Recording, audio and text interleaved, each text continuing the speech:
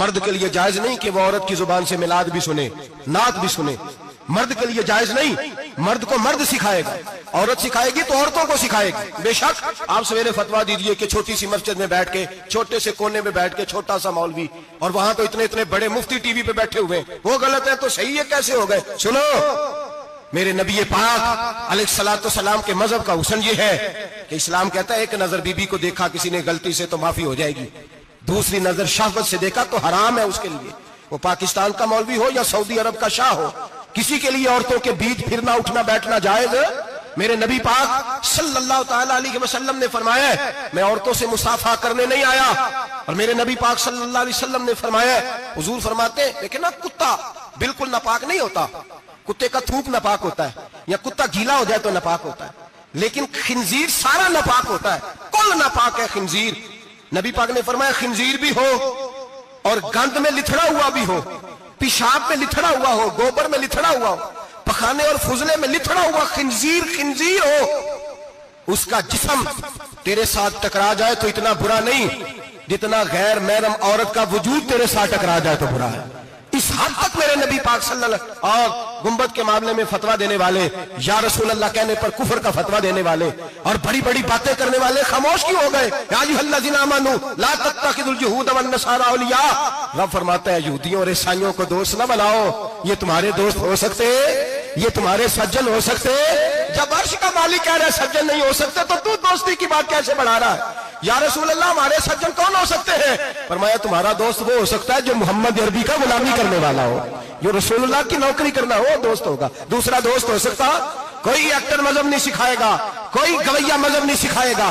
حضرت جناب سیدنا جنید بغدادی، بغداد کے پیر سے کسی نے پوچھا تھا آج سے 1100-1200 سال پہلے، وہ تو زمانہ ویسے نیکی اور پرہیزگاری کا تھا، کہا بابا جی مرد اور عورت نیک ہو، بغیر پردے کے، بغیر حجاب کے، بغیر دیوار کے بیٹھ کر ایک دوسرے کو دین سکھا سکتے ہیں؟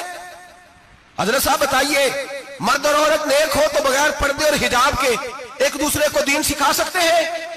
تو حضرت جنید بغدادی فرمانے لگے سکھانے والا حسن بصری ہو اور سیکھنے والی رابعہ بصری ہو تو پھر بھی بغیر پردے کے بیٹھنے کی اجازت نہیں. تو مفتی صاحب کو اجازت کس نے دی؟ مولانا صاحب کو اجازت کس نے دی؟ بڑا وہ نہیں ہوتا جو ٹی وی پہ زیادہ آتا ہے، بڑا وہ ہوتا ہے جو رسول اللہ کے دین پہ عمل زیادہ کرتا ہے. حضرت عبداللہ ابن مسعود رضی اللہ تعالیٰ عنہ فرماتے ہیں زیادہ باتیں کرنے والا عالم نہیں ہوتا. حضور پھر عالم کون ہوتا ہے؟ فرمایا پڑھو قرآن، انما یخشی اللہ من عبادہ العلماء. فرمایا بڑا عالم وہ ہوتا ہے جو اللہ سے زیادہ ڈرتا ہے، اس لیے کہ رب فرماتا ہے میرے بندوں میں سے جو عالم وہ ہیں جو اللہ سے زیادہ ڈرتے ہیں، خوف رکھتے ہیں. تو میرے بھائی رمضان المبارک میں بچنا ہے، پرہیز کا وقت ہے، تو کوئی شخص بھی کوئی شو نہ دیکھے، میری منت ہے آپ حضرات، کوئی شو نہ دیکھے. عورت کا تو پردہ ہے تو ہمیں تو تماشے پہ لگا دیا گیا، عجیب قسم کے ایکٹر آ گئے اور مذہب سکھا رہے ہیں. میری اپیل ہے آپ سے کہ سحری افطاری کے وقت ٹیلی ویژن بند رکھیں. کیا چیز کھول کے رکھیں؟ یا قرآن کھول کے رکھیں یا رسول اللہ کا فرمان کھول کے رکھیں. اللہ رسول کی طرف توجہ رکھیں، وہ سیکھنے سکھانے کا وقت ہے. چھوڑے گویوں سے دین سیکھا جائے گا، ہمیں کوئی شکوا نہیں. یہ پکی توبہ کریں، سویرے آئیں آ کے دین سکھائیں. اور میں ان سے بھی اپیل کروں گا کہ آؤ دین سکھاؤ. حضرت فضیل بن عیاض فرماتے ہیں میں ڈاکو تھا، کبھی کبھی چھپ چھپا کے جمعہ پڑھا کرتا تھا، پھر میں نے توبہ کی تو سچی توبہ کی، پھر میں نے توبہ کی تو رب کو راضی کرنے والی توبہ کی، پھر میں نے توبہ کی تو چھوڑی ہر شے، غریبوں کا لوٹا ہوا مال واپس کیا، جس کے پیسے نہ دے سکا اس کے گھر میں جا کے اس کی بھینسوں کو چارہ ڈالا، اس کے اونٹوں کی خدمت کی، میں نے قرضے چکائے. فرمایا میں سچی توبہ کر کے مسجد آیا، جس خطیب کے پیچھے میں جمعہ پڑھا کرتا تھا وہ میرے ہاتھ پہ بیعت کر کے مرید ہو گیا. اللہ تبارک و تعالیٰ نے اپنے بندوں کے دل میری طرف پھیر دیے. پھر تمہیں اس میں انعام دینے کی ضرورت نہیں پڑے گی، پھر تم کٹیا نشین بن کے بھی دین پھیلاؤ گے تو اللہ اس میں تاثیر پیدا فرما دے گا. تو روزے کا معنی رکنا ہے. روزے کا معنی بولیے، روزے کا معنی رکنا. کس سے؟ جھوٹ سے، غیبت سے، بدی سے، بدنگاہی، کھانے پینے. روزہ کس پہ فرض ہے؟ امیروں پہ کہ غریبوں پہ؟ جی کہنے میں تو کام ہی، میرا تو کام ہی محنت مزدوری والا، میں کیسے روزہ رکھوں؟ میں تو دیہڑی لگاتا ہوں تو روزہ کیسے رکھوں؟ میں نے نہیں کسی حدیث میں پڑھا کہ روزہ وہ رکھے جو دفتر میں بیٹھتا ہے. صحابہ کے زمانے میں تو دفتر ہوتے ہی نہیں تھے، کسی جگہ نہیں لکھا ہوا روزہ وہ رکھے گا جو اے سی میں بیٹھتا ہے، تب تو اے سی تھے ہی نہیں. حضرت ابوبکر صدیق رضی اللہ تعالیٰ عنہ سے لے کر جناب بلال تک سارے اپنے ہاتھ سے کام کرتے، سارے اپنے ہاتھ سے کام کرتے سارے. حضرت عمر فاروق رضی اللہ تعالیٰ عنہ خلیفہ وقت ہونے کے باوجود مال غنیمت کے اونٹ چرنے جاتے تھے تو چراگاہ میں چھوڑنے میں جاتے تھے، لینے بھی آتے تھے واپس.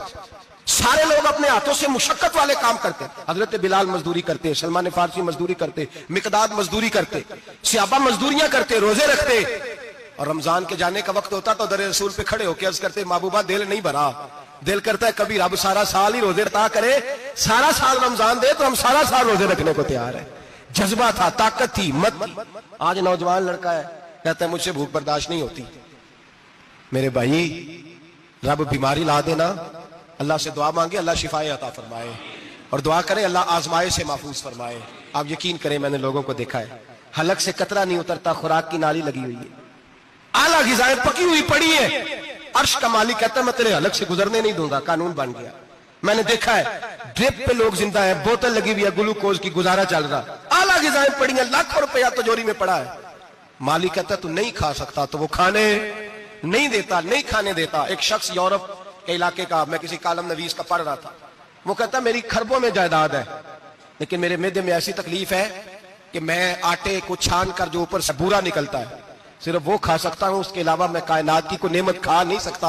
اور میرے بھائی وہ جب چاہے تو بڑے بڑے کھانے کھانے سے تجھے روک دے, تیرے دانت چبا